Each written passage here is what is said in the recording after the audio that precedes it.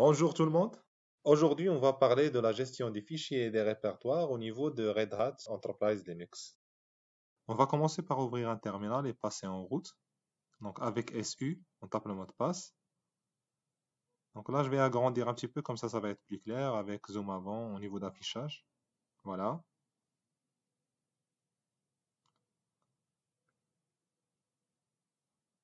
Donc je vais utiliser CD pour retourner sur le répertoire de connexion par défaut de l'utilisateur en cours qui est root. Et LS qui permet d'afficher le contenu des répertoires actuels. Je peux utiliser aussi ls avec "-a" pour lister les fichiers cachés. Donc ça va nous afficher les fichiers standards et cachés aussi. Il y a aussi la possibilité d'utiliser ls-l pour avoir ça sous forme de liste avec les dates, propriétaires, etc. Voilà. Donc là, comme vous le voyez, il y a la liste des fichiers, que ce soit cachés ou standards.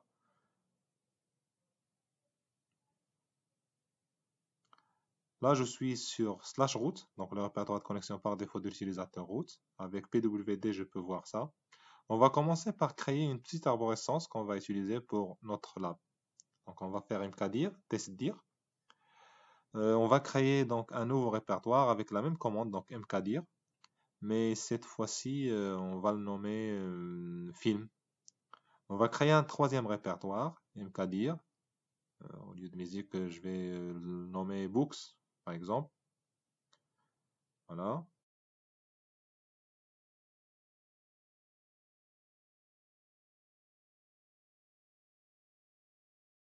Donc là, avec ls, on peut voir donc les répertoires qu'on a créés.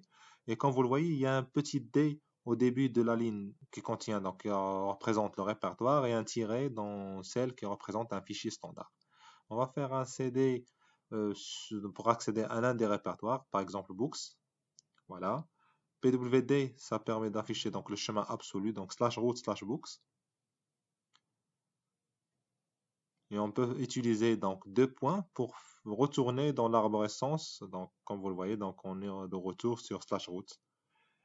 Donc, on va faire cd film, par exemple. À nouveau, pwd pour tester. Voilà, donc on est dans /root/film. On a la possibilité d'utiliser donc deux points pour retour en arrière, puis passer vers un autre répertoire. Donc, cd deux points /books, pwd, ça permet de voir en quoi on s'est déplacé vers /rootbooks. On va créer donc là un autre répertoire. Cette fois-ci, on va le créer à l'intérieur du répertoire books. Voilà. On va le nommer dir1. Supposons qu'on veut créer un autre répertoire, donc dir3. Donc on peut utiliser la commande.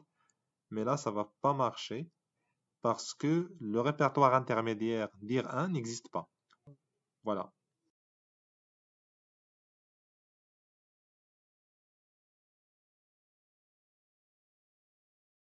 Avec l'option "-p", la commande mkdir va créer, on peut dire, le répertoire intermédiaire ou l'ensemble des répertoires intermédiaires s'il n'existe pas. Donc là, on peut y accéder avec cd. Voilà, le répertoire est bien créé.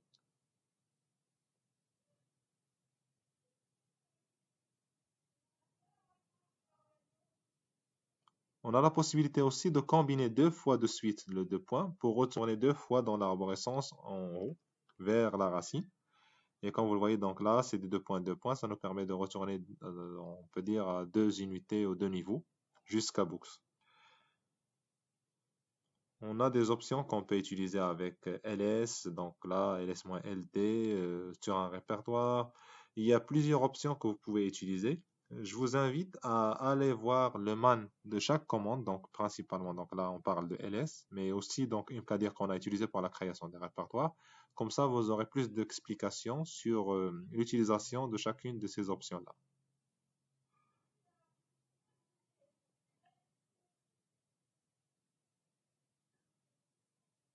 Maintenant, on va se positionner sur /rootbooks dir1 dir1.1 et on va tester à nouveau donc le cd2 points, comme vous le voyez. Donc là, on peut retourner directement sur la racine avec cd2 points /2 points /2 points /2 points. Donc chaque deux points, ça nous permet de retourner à un niveau supérieur.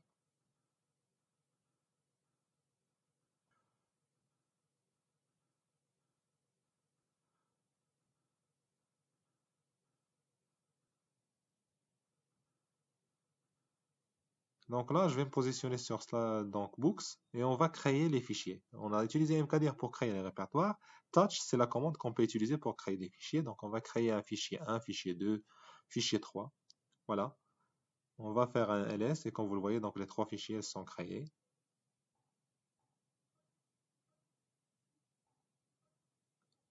Le point, ça représente le chemin actuel. Le 2 points, c'est le parent. Donc on va envoyer une chaîne de caractères bonjour vers le fichier 1. Donc echo espace bonjour supérieur vers le fichier 1. Et on va afficher le contenu.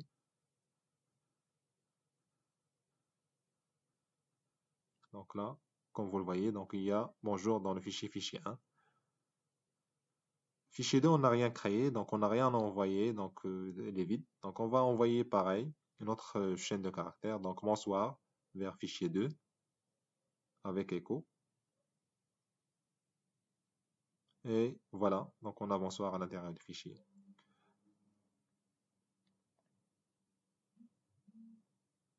Pour fichier 3, on va combiner, on peut dire, le contenu de chacun des deux fichiers, fichier 1 et fichier 2, et l'envoyer vers fichier 3. Donc on va faire un cat fichier 1 espace fichier 2 supérieur vers fichier 3. Et là, on va faire un cat fichier 3 pour voir est-ce qu'on a les deux entrées, donc bonjour et bonsoir. Voilà, donc on a bonjour et bonsoir.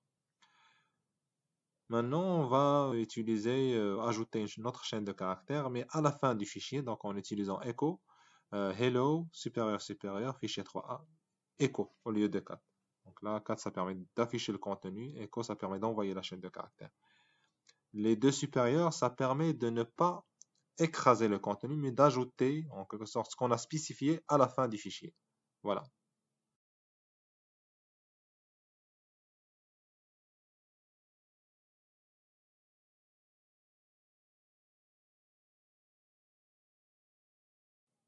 Maintenant, on va parler de la commande cp qui permet de copier un fichier d'un chemin vers un autre. Donc, on va faire cp fichier 1, copie de fichier 1, par exemple.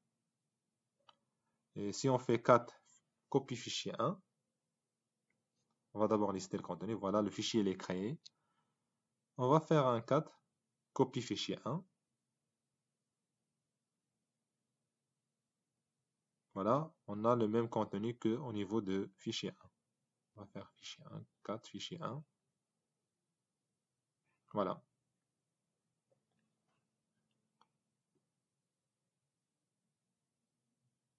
Donc, on a aussi la possibilité de copier un répertoire en entier d'un chemin vers un autre, par exemple books vers le répertoire film. Là, ça ne marche pas parce qu'on a besoin d'une option à utiliser avec CP lorsqu'on veut copier un répertoire, c'est -R pour dire récursif, donc moins petit r ou moins grand R, slash books, slash films. Donc, on copie le répertoire books vers films, avec son contenu bien sûr. Là, on va vérifier est-ce qu'il a fait effectuer la copie. Donc, on va se positionner sur Films. Et là, comme vous le voyez, donc le répertoire est créé. On va y accéder avec CD. Et là, on a donc le contenu, les fichiers et le répertoire qu'on avait au niveau de Books. Avec le contenu, bien sûr. Voilà.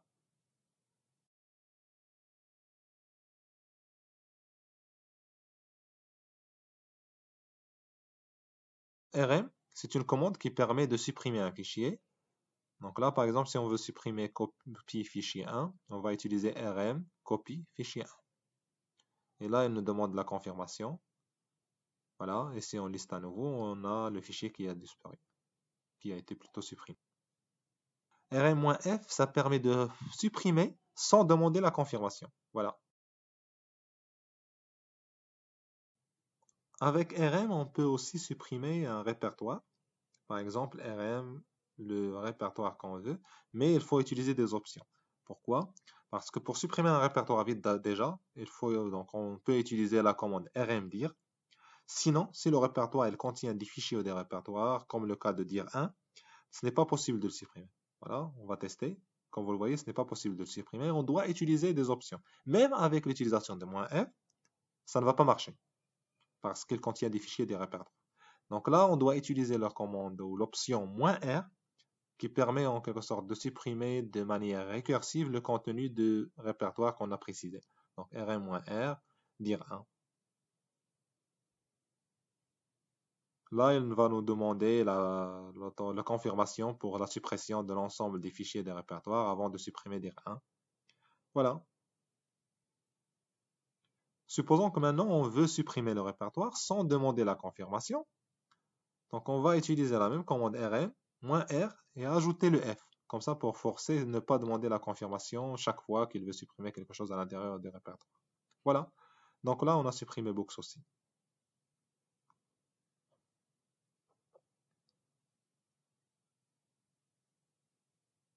Maintenant on va se positionner dans books. On va voir une autre commande, mv. mv ça permet de faire un move ou déplacer un fichier d'un chemin vers un autre. Donc on va faire mv fichier 1 vers dir1. Voilà. Donc là, on a déplacé le fichier 1 vers dir1. On va vérifier.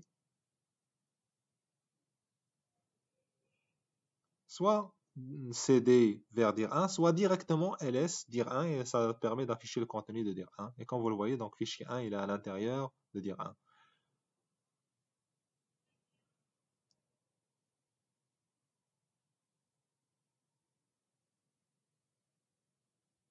Donc on a la possibilité de faire le mv avec le chemin absolu ou le chemin relatif. Donc là, mv slash root slash books par exemple. dir1 et fichier 1. On va le déplacer cette fois vers route books. Et voilà. Plutôt, on va le déplacer vers films.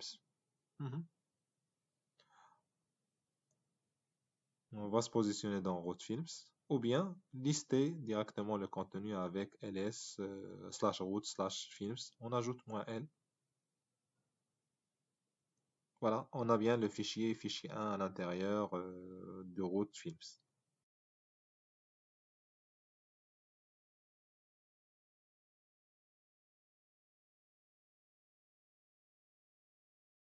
On va se positionner dans route films. Donc si on utilise mv fichier 1 vers fichier 5, ça permet de renommer fichier 1 en fichier 5. Donc là, si on a précisé le même chemin. Voilà.